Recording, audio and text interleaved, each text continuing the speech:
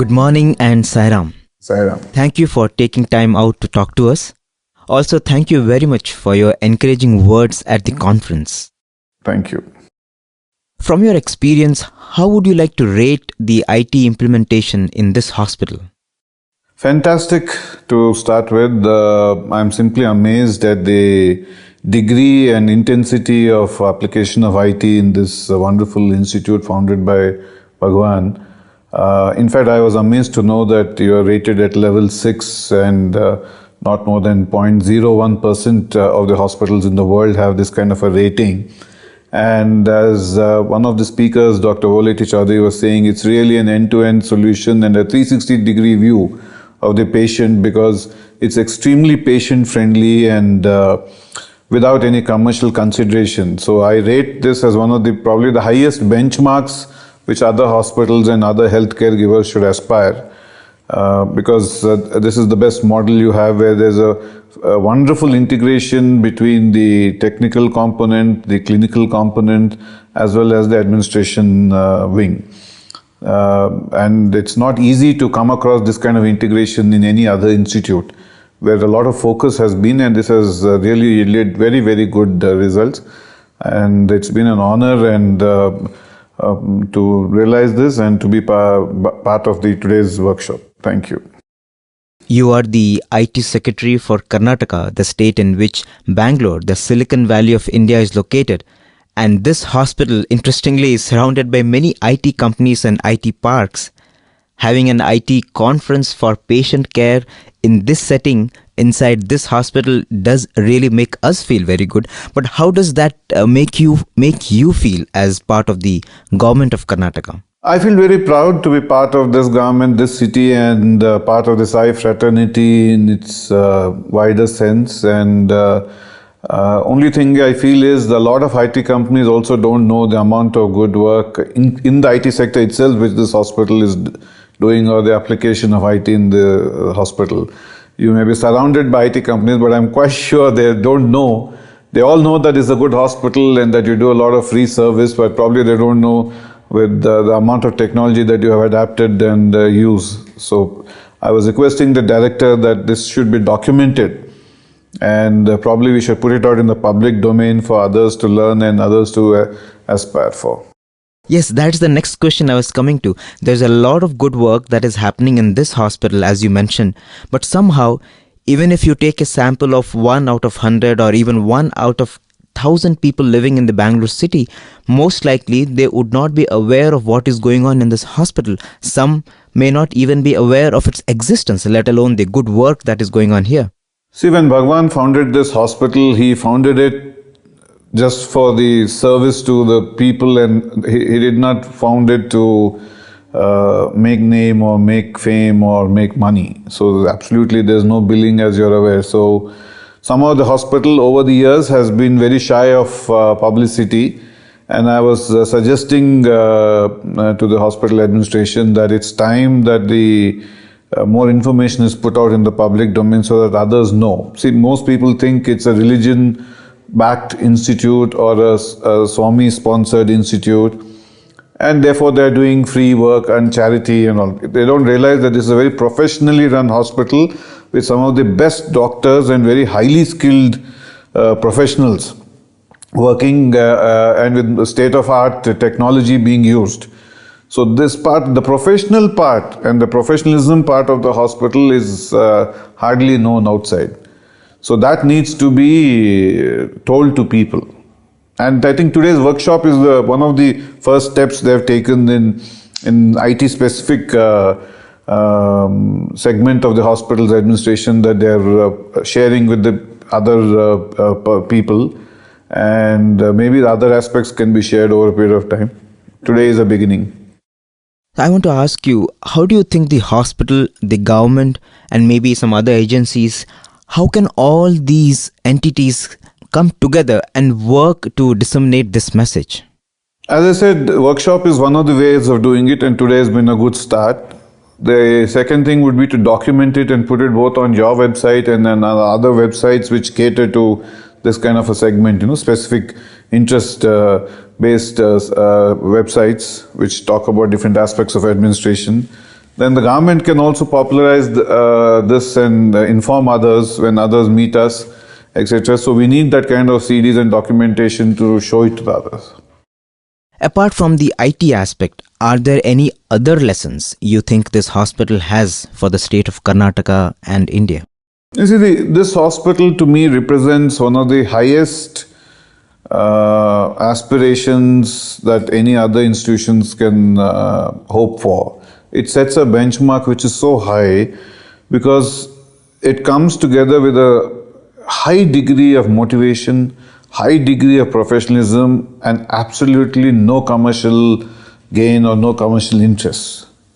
So therefore, it to me it represents an ideal way of running the institution very well, and very tightly run and very professionally run institution, which has all the good things of the top-end hospitals of the world without the commercial side of it. So this hospital represents a futuristic model and a societal model where it will be hard to emulate, but it will remain a very, very high benchmark which people should look up to. You said it is hard to emulate, but it's not impossible. It's not impossible, and with Swami's grace and God's grace, this can be done by others, I'm sure. And there is a need for this. Absolutely. In a country like ours particularly, in fact, as I was mentioning in today's talk, even in the Western countries now, it's become a matter of serious concern, the kind of high health budgets that they have been running up. And in a country like India with a huge population base and with our kind of economic level of poverty and etc., this is the best model to ever work.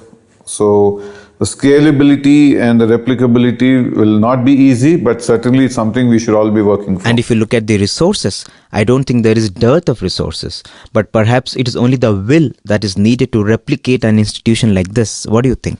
Yes, it's not always a resource problem, but it is the will and the motivation, and it's not a motivation of a single person that's required. It needs a team of highly dedicated professionals to put together such a thing and run it.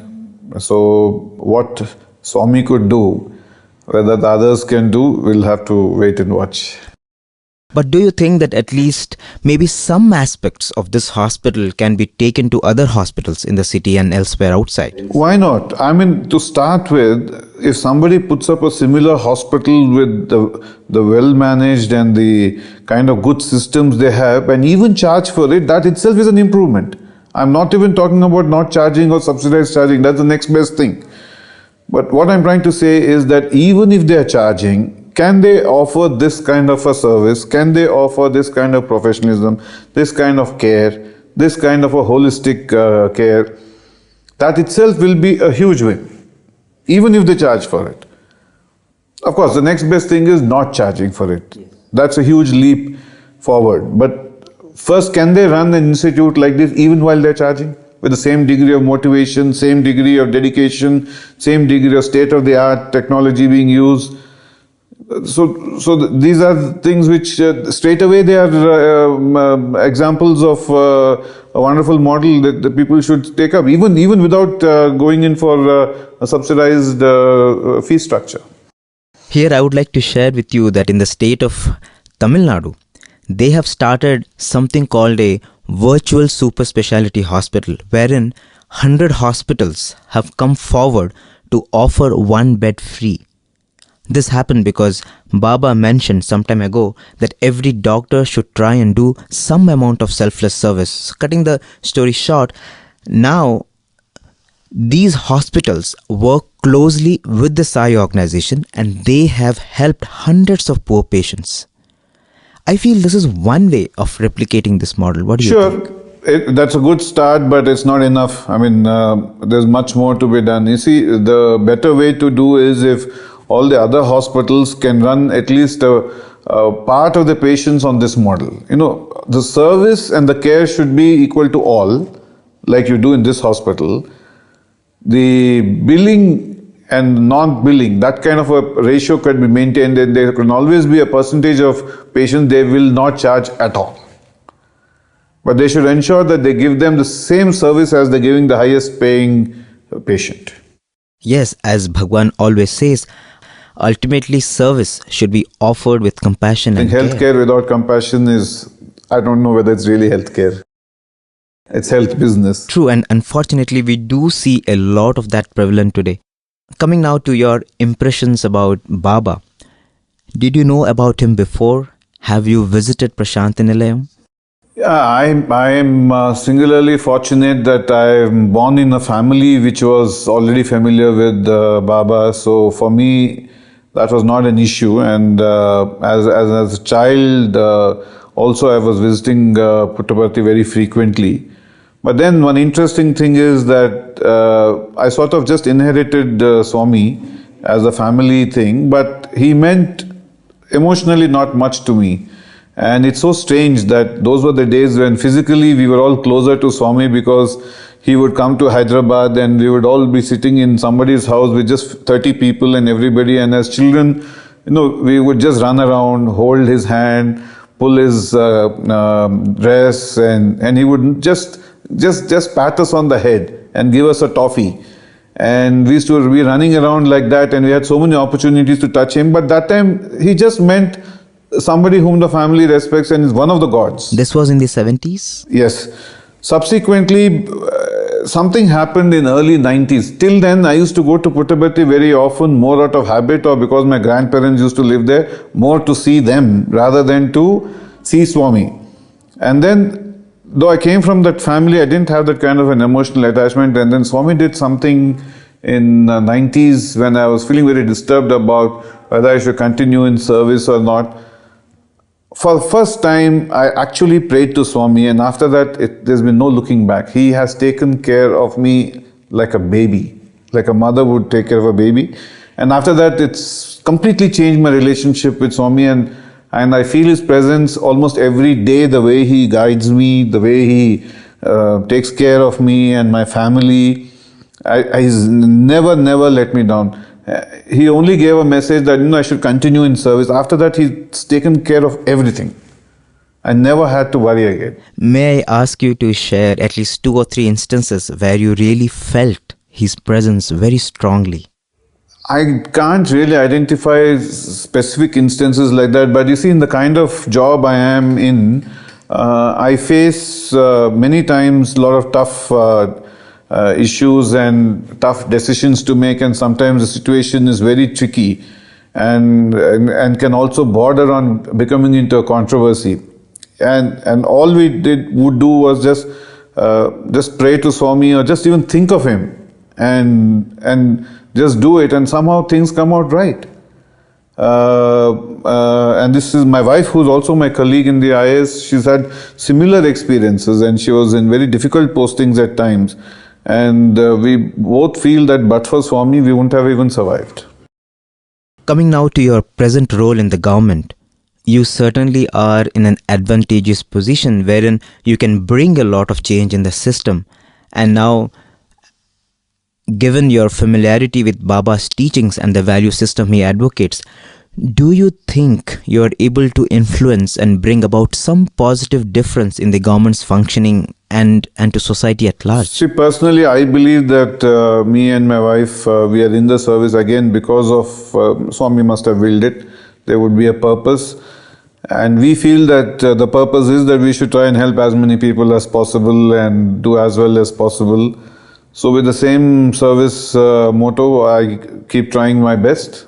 I will not say that I've succeeded fully, but that has been a guiding principle with us. So we do always believe that we are here for a purpose, and Swami has put us here for a purpose. So therefore, we must try and fulfill that purpose. So towards that end, we keep trying to work. The rest is still Swami's grace on how much we achieve. Do you think there is a greater need now to work towards disseminating not only what is happening in this hospital, but Bhagwan's message in its entirety per se? Because this is a city which Bhagwan visited in 1940s and 50s and continued to come here for many years. He has literally spent so many days and months here. But somehow one does not find familiarization with Bhagwan's work or his message with the people of this metropolitan city to the extent one would reasonably expect, given that Baba has been visiting this city for nearly 6 decades. So, do you think there is something we need to do to communicate more vigorously the values that Baba often talked about? You see, since Swami was physically present all these years till recently, if you see historically also, whenever such avatars have come, initially there is a lot of physical attachment and everything is centered around the physique. So wherever Swami goes, you see the crowds. Where Swami is not there, even though the crowds are there, you don't see them as a crowd. It takes several years for that to happen, where the crowd collects despite the physical presence not being there. You take Jesus, you take anybody, you take Buddha, you take anybody. It's taken several years. In fact, in Swami's case, it's not even taken many years. Even today, you go to Puttaparthi, and on any day, including a working day, there's a very large crowd. And on a holiday and weekend, on festival days, there's much larger crowd. And this is just in the very first 2-3 years of Swami leaving the physical presence. I cannot even imagine how much it will grow in the next few years. You see Shirdi. It was, what was it when Shirdi Baba left the physical presence, and how many people knew it? And I have a feeling that more and more people will be taking to Swami in a very big way, and Swami's relevance is becoming more and more relevant, actually, and important in life for most people. His message, his vision has become even more relevant with increasing problems in material life, and Swami's continuously been encouraging, love for all and character building and peace and all humane values, which are all everlasting, and I think the need will never go, and Swami's presence will be felt very strongly, I have a feeling, and the crowds will only increase. But do you think there is something that we need to do from our side? I think you're already doing it. This is not something that you run as a campaign. It is something which people will automatically be drawn towards, and it will happen. I don't think any extra effort needs to be put to bring the people together. That may not work really. And that may not last. Whereas what will last and what will work is the word of mouth message that keeps circulating among the Sai fraternity and all. You see, how was it happening even earlier? Swami never publicized. Swami never went for private functions. The Sai devotees and the Sai organizations and the volunteers never did that. Despite that, how did these single-digit numbers go up to tens and thousands and lakhs of people coming at given points of time, even when Swami was physically present? Swami never advertised. He never advertised. He never, and Swami Sai organizations never advertised. They never advertised and said, they did not go door to door and preach. They did not try to do any evangelism of that sort. They just went about doing their own work. They never had the culture of going, and I don't think that should happen, of trying to popularize by design. May I ask you this? Do you have an air of optimism as you now work with the government? Do you see this as a promising scenario to bring in many changes? You see, many times one finds it rather difficult to keep up your optimism, but then every time you hit that low, you also see a lot of good things happening, or some good thing happening, and I do believe that there has to be a day when things will change, and will change for the better. And while it's happening in parts and bits and pieces, we need to do much more. And I suppose despite all the deterioration one sees, good things also will happen, and in that hope we all work. I'm quite confident that some good thing will come over the years. What is your source of strength in your moments of low? Source of strength is Swami, to metaphorically put it, or whatever you call it, emotionally, but the underlying values which Swami also has been saying, that kind of optimism. Swami never gave up hope. Swami never encouraged pessimism. In fact, Swami was very anti-pessimism. He always looked at everybody, and his motto was love all and serve all. So if you believe even partly with that motto, that itself is motivator enough. If you love all, then you serve all. Yes. So finally, what would you like to say to all Radio Sai listeners about the workshop as well as about the hospital? About the hospital, many of the Radio Sai listeners may have already heard about, and there's nothing much I can add except that it has been a wonderful experience to look around and be in the hospital today.